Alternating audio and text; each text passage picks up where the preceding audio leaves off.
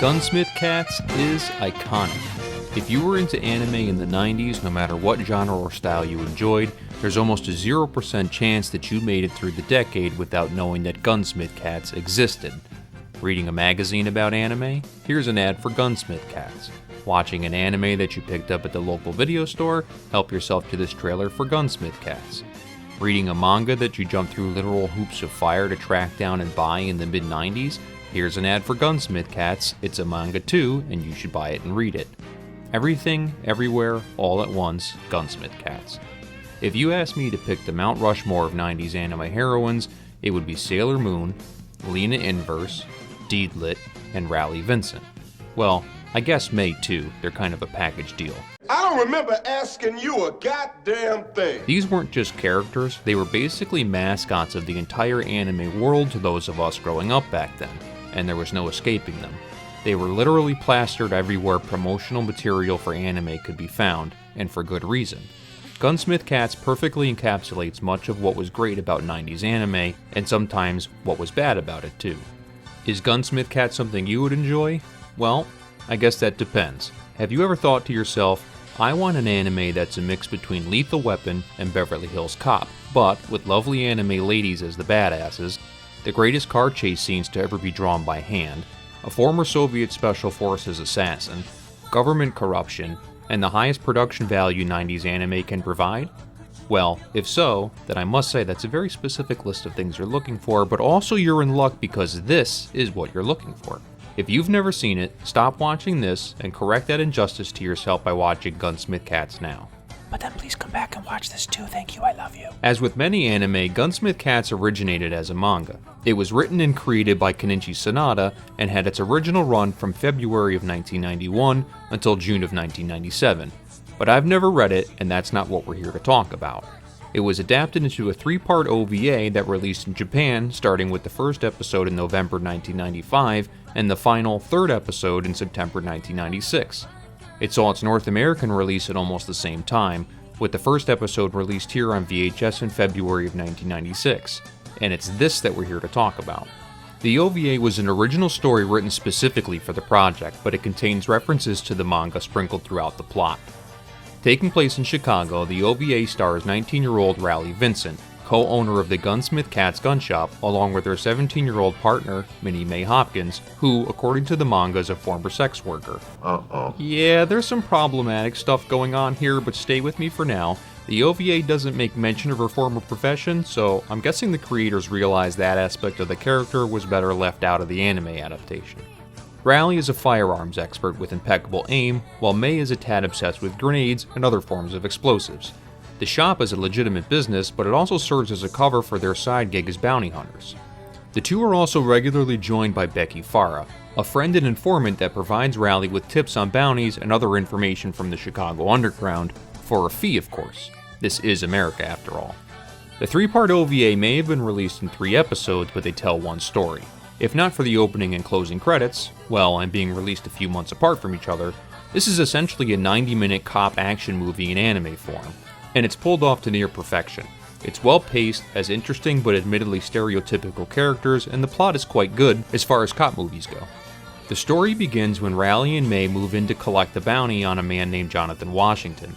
Little do they know, Washington is taking part in a weapons smuggling operation that was being investigated by the ATF.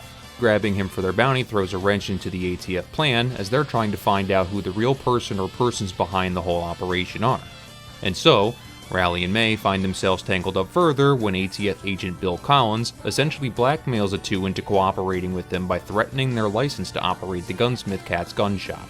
Obviously, this doesn't exactly go according to his plan, otherwise there'd be no story, and as a result, we get a Hollywood-style gunfight, albeit with some anime flair, and some anime being anime. Now that the operation is being threatened, the powers that be behind the scenes call in an assassin to tie up loose ends, eliminate Collins and his 2 unwilling colleagues. Enter Natasha Radanoff, a former member of the Soviet Special Forces and a lover of knives. Seriously, she doesn't just have some knives, she has a gun that shoots knives, because why not?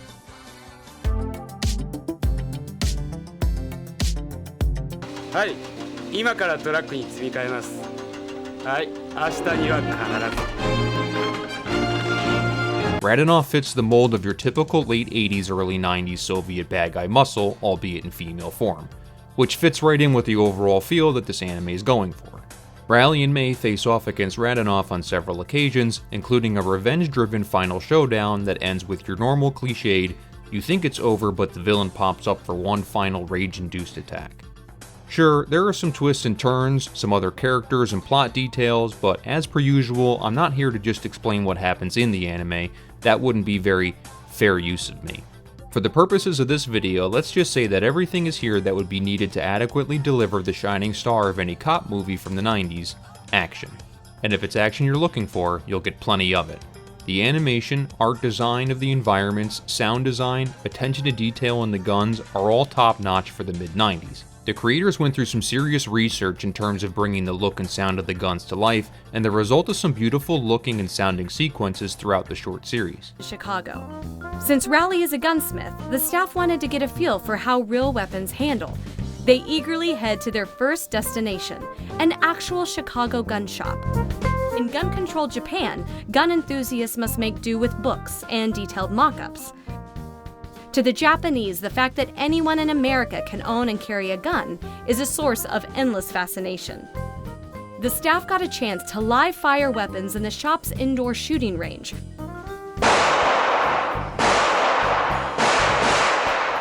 They listened carefully to the information on armor and the handling of guns.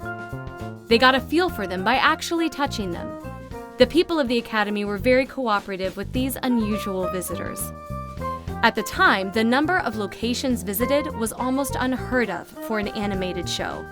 However, the fruits of the staff's enthusiastic research are quite evident. The gunplay itself is no more far-fetched than you'd see in a movie like Bad Boys. What about Bad Boys 2? No, you ain't seen Bad Boys 2. And it's pulled off rather well.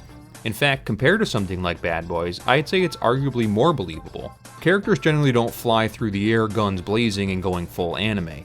They take cover, they move for better angles, they flank, they get pinned down, they get their shirts ripped open and breasts gratuitously exposed by giant swinging warehouse apparatus. On top of that, in my opinion, the best action sequence in the whole series is what's easily the most impressive and realistic looking car chase that's ever been animated by hand. Which, consequently, reminds me of what I consider to be the one remaining member of the Gunsmith Cats team that we haven't talked about. While the creator of the OVA admitted that he wasn't very much into guns, and so the details on weapons and the emphasis on gunplay isn't as prevalent as it is in the manga, he was a huge car nerd, and we're all the better for it.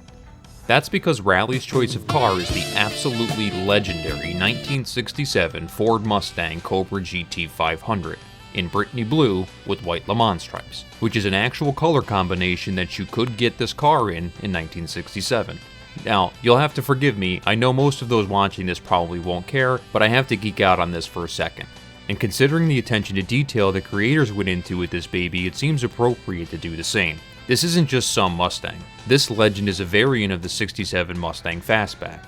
Its design was a collaborative effort between the Ford Motor Company and race car driver Carroll Shelby. So when you hear people talking about a quote-unquote real Shelby Mustang, this is what they mean. Ford only manufactured a limited number of these in 1967, so they were relatively rare even back in the 90s when this anime takes place, even more so now. And this thing was an absolute monster.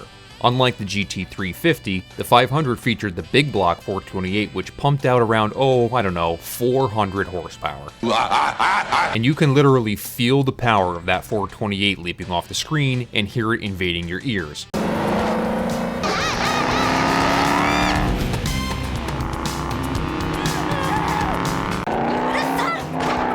It's drawn beautifully, animated elegantly, and the sound design is perfect. In the making of documentary for Gunsmith Cats, you can see why, and really appreciate the level of research that went into bringing this legend of the road to animated life. An actual GT500 was recorded by sound design supervisor Brian Risner of Weather Report fame for all the sequences in which this amazing road machine appears in Gunsmith Cats. In fact, almost all the sound effects were recorded using the actual items.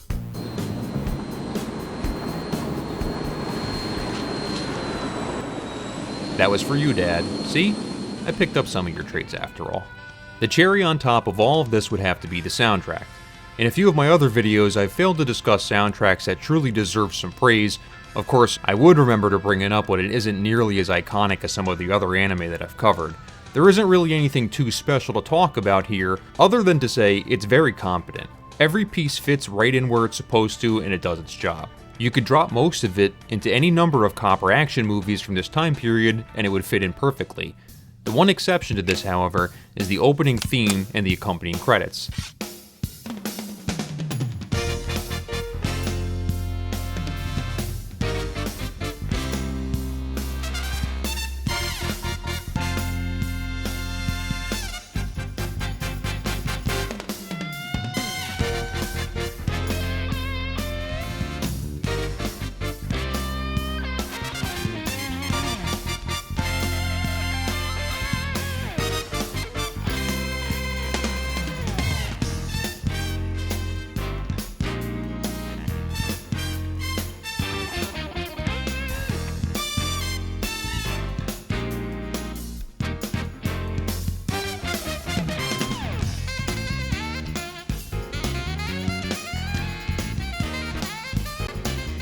This is really a standout, and it's one of my absolute favorite opening sequences of anime, sharing a lot of noticeable similarities with one of my other favorite opening sequences, Cowboy Bebop.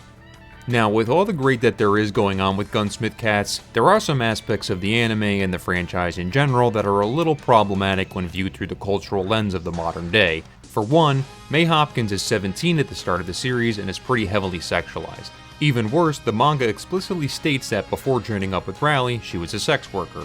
So, I'm not naive enough to think that this kind of thing doesn't happen in real life, and I know this was the 90s, and it's an anime, but it's still a little, well, gross to think about.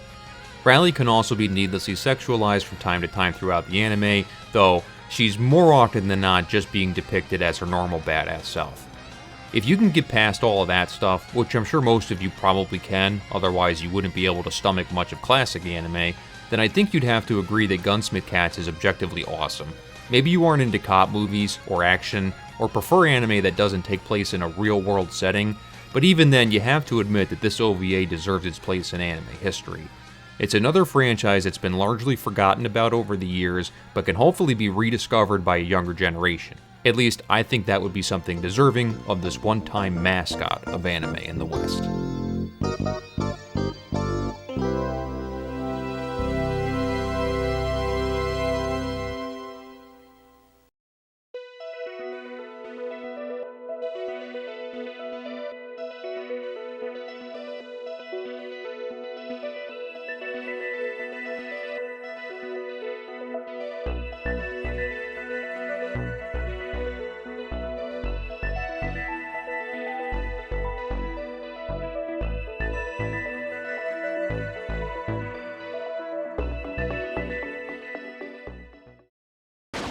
Headshot.